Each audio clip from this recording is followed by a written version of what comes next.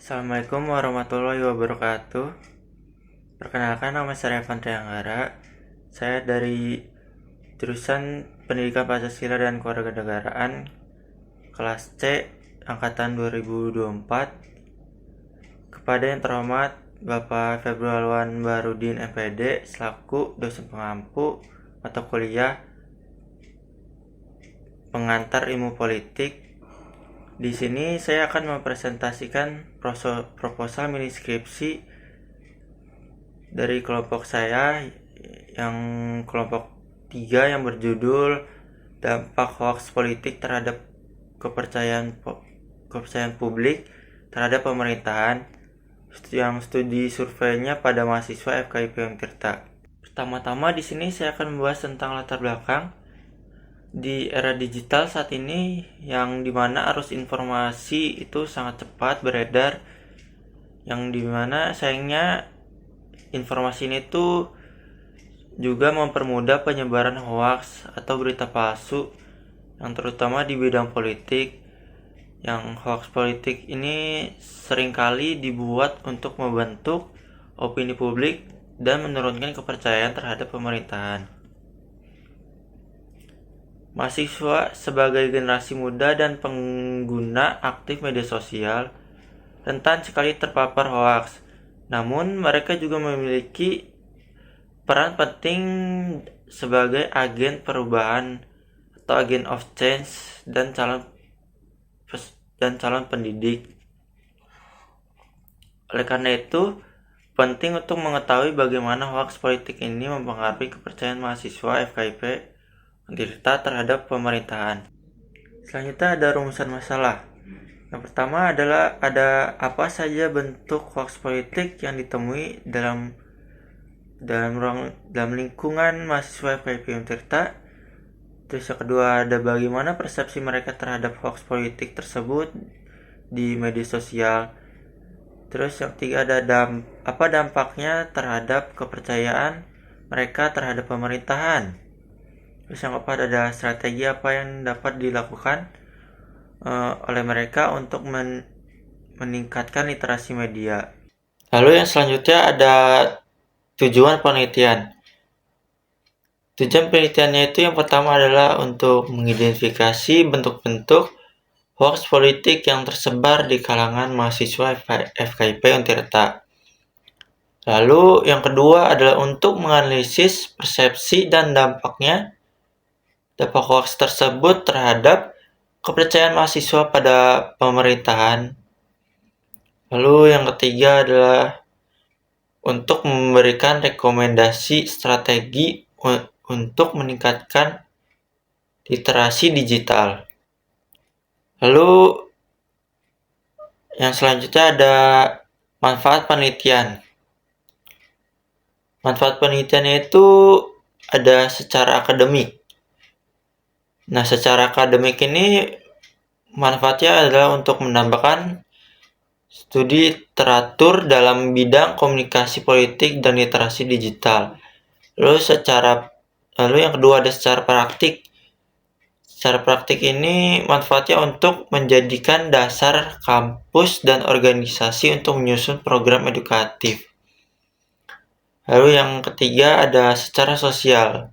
Secara sosial ini manfaatnya untuk mendorong mahasiswa menjadi lebih kritis dan tidak mudah menyebarkan informasi yang belum terverifikasi atau informasi hoaks.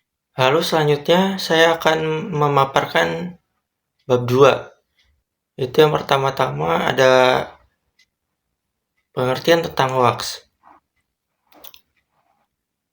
Hoaks itu menurut Kamus Besar Bahasa Indonesia atau KBBI, hoaks adalah informasi yang tidak benar atau berita palsu. Chen dan Ishak menyatakan bahwa hoaks bisa menyesatkan masyarakat karena menyajikan kebohongan seolah-olah itu benar, seolah informasi itu benar. Hoaks juga mudah menyebar karena bersifat provokatif dan sensasional, terutama di media sosial. Lalu hoaks dalam ranah politik. Dalam konteks politik, hoaks ini digunakan untuk mempengaruhi opini publik kepada pemerintah, terutama menjelang pemilu. Data dari Mavindo pada tahun 2023 mencatat adanya 2.330 hoax dan lebih dari 50%-nya adalah hoax politik. Hoax politik ini paling banyak tersebar melalui media sosial, terutama di platform YouTube, Facebook, TikTok, Instagram, dan Twitter.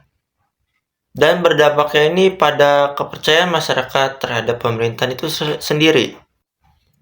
Selanjutnya ada kepercayaan publik terhadap pemerintahan. Kepercayaan publik itu sendiri adalah keyakinan masyarakat bahwa pemerintah itu bekerja untuk kepentingan umum, bukan untuk kepentingan masing-masing. Menurut Hastiadi dan Nagara, kepercayaan ini bisa hilang karena isu korupsi, hoaks politik sendiri, atau kebijakan yang gagal. Hoaks ini juga membuat masyarakat menilai buruk bahwa pemerintah itu tidak dapat bekerja dengan baik. Terus meskipun informasinya yang diterima itu tak benar atau bohong, mereka tetap percaya kepada hoax tersebut. Lalu selanjutnya ada mahasiswa sebagai subjek yang terdampak.